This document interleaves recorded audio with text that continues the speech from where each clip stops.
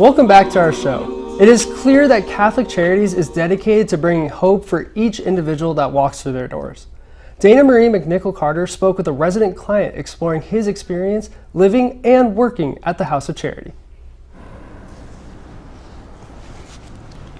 Slept under a bridge for the first day, and you can't sleep near other people. I basically used my jacket as like a makeshift, I don't even know what to call it. There's a home. I didn't know what I was gonna do, what was gonna happen. Yeah, I found the House of Charity, but I didn't know what that meant. Malicious mischief is what Seth Brink called one drunken mistake that led to 16 hours in jail, but a self-realization. At only 20 years old, without a family or a home, he was not going to let one decision dictate his future. So the green gates of House of Charity welcomed him in. Walking in, you feel like dumb and ashamed and just less. Not because people are being condescending or anything like that, but because you don't know what you're doing. No one else wanted to be around me. That says something when there's a homeless guy that smells bad. I didn't like that.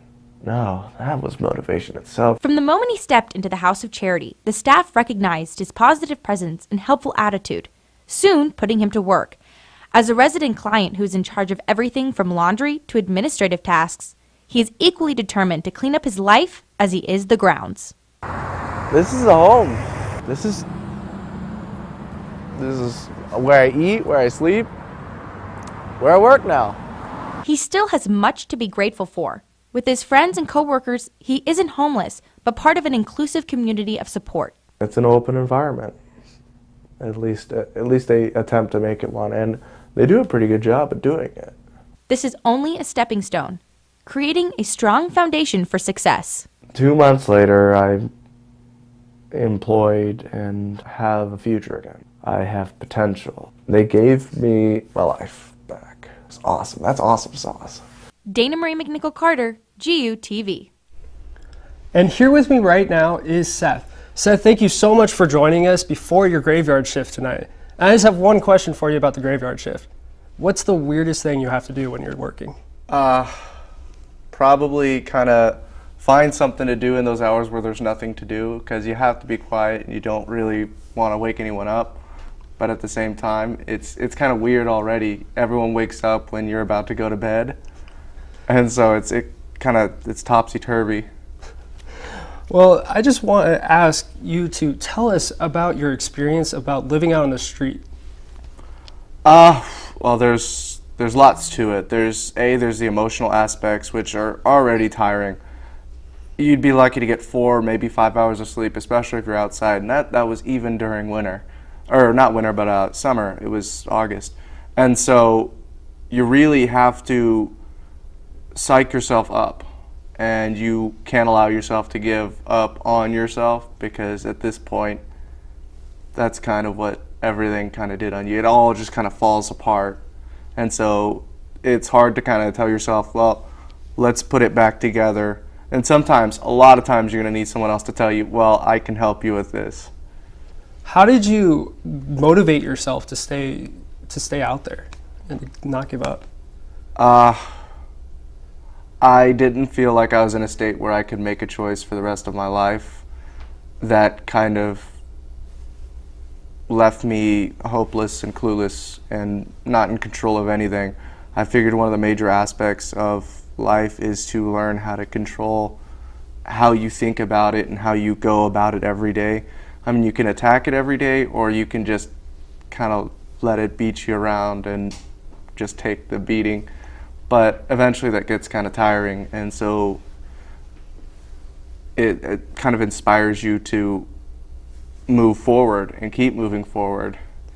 And for moving forward, how did you come to House of Charity? Pre-trial offices. I didn't know what to do.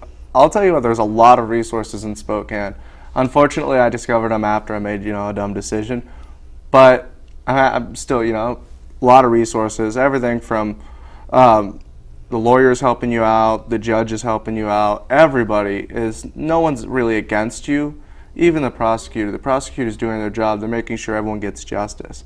And so you have to really allow yourself to use all the resources that they have for you. One of them was pre-trial because they kind of say, well, this is what you need to do, and just keep checking in, and then they just kind of send you on your way. You have to do about 80% of the work, which is nice. Well, that's good that they make you work to get back and involved in making your own life decisions. How did you really get into House of Charity and living there? I just walked in, and there's just something about it, like the feel of it. You're kind of anxious, you're kind of nervous, you don't know what's going to happen, you don't know anybody there, especially the staff. You don't even know how to approach them, you don't know how to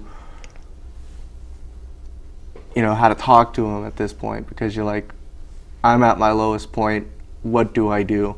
And I mean, it's interesting because everyone has kind of that uphill perspective. They're like, well, just follow us, we'll help you. And yeah, they help you the whole way. It's like a how-to guide on how to get back to life. Is there one person that stood out to you that really made you feel like House of Charity was your home?